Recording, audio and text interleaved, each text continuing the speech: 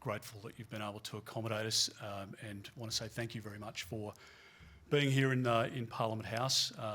I won't speak for long, just given the time constraint. I'm very happy to take questions and perhaps sort of have a broader discussion about some of the priorities here.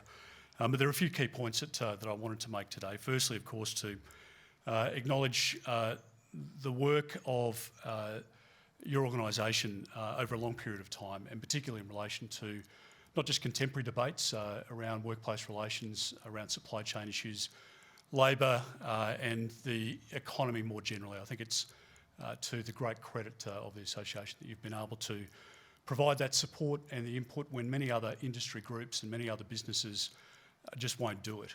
And we're a poorer country for the lack of engagement, the lack of preparedness to speak up, and sometimes it's frustrating when in private meetings people express the complete opposite view than what they might express at an AGM or in an engagement with shareholders. So it's refreshing to see the work of the Master Builders over a long period of time. Now, I want to lay claim to being the only leader of a party, perhaps since Federation, in this country that has been a member of the Master Builders Association many, many years ago, I might say, in Queensland. My father's a builder, and I've grown up with him, a very small-scale builder, but nonetheless understanding the industry, the travails of it. I used to clean up on building sites as a young person, which made me declare very early on that the building industry wasn't for me, and I took my mother's advice and went to university instead.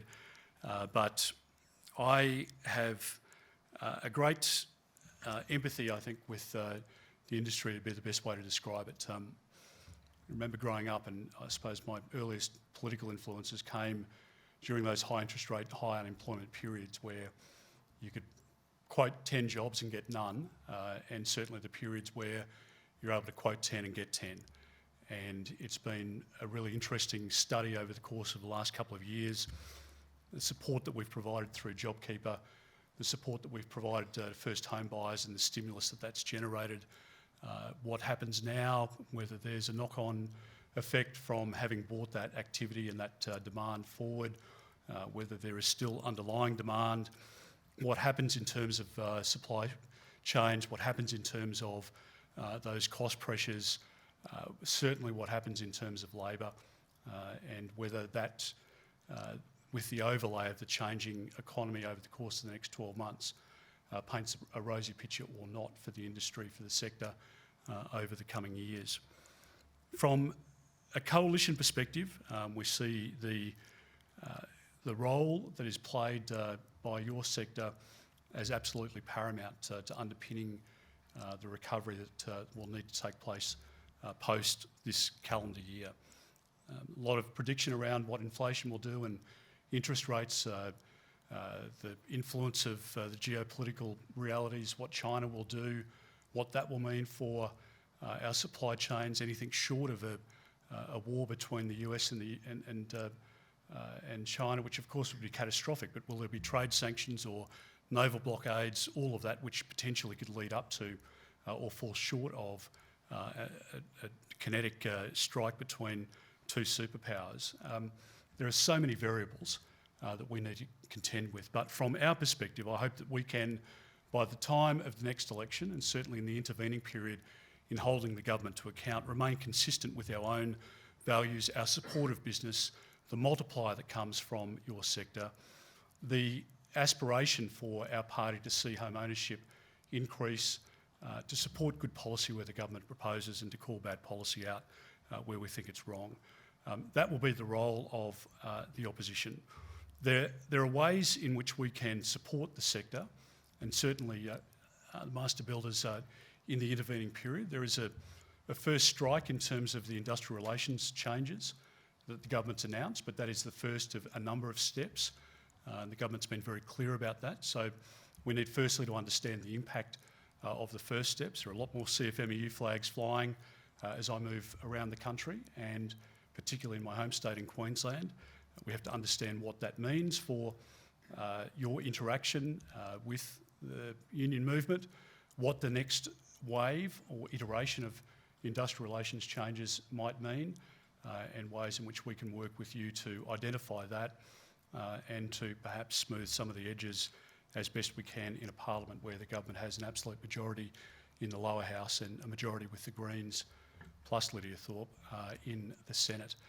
So I think there is fertile ground for us to concentrate on.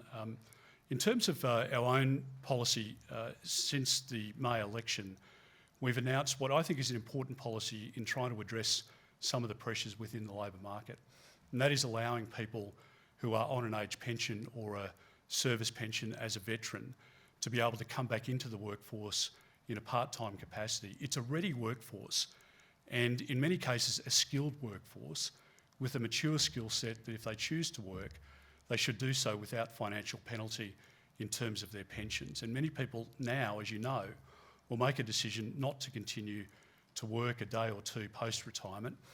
And the reality is in many circumstances they've retired too early. Or now with an increase in cost of living pressures, there's a reality in terms of their own budgets of having to return to work, but they need to weigh up whether that is financially viable for them.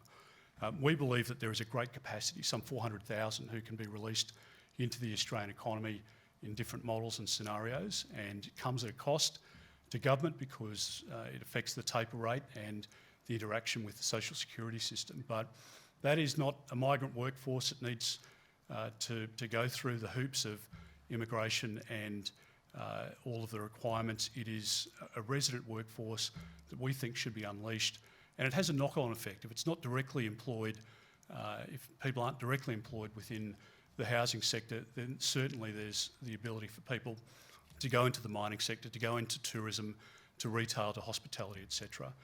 So that's been the approach that we've taken in terms of that policy. Now, I'm just sort of rushing through a few topics because I'm conscious of the hour. So perhaps I can stop there, but thank you again, Danita, to you, to everybody involved in public debates. If I just leave you with one thought, it is that we are a better country when people are prepared to stand up for what they believe in and to argue for or against public policy. And I know people are worried about ESG and worried about proxy voters and particularly those publicly listed companies. I understand that pressure. The pressure from industry groups and others in terms of the use of capital and the conditions of that. It's a little bit easier for people in the private sector, but not if you've got contracts with government entities.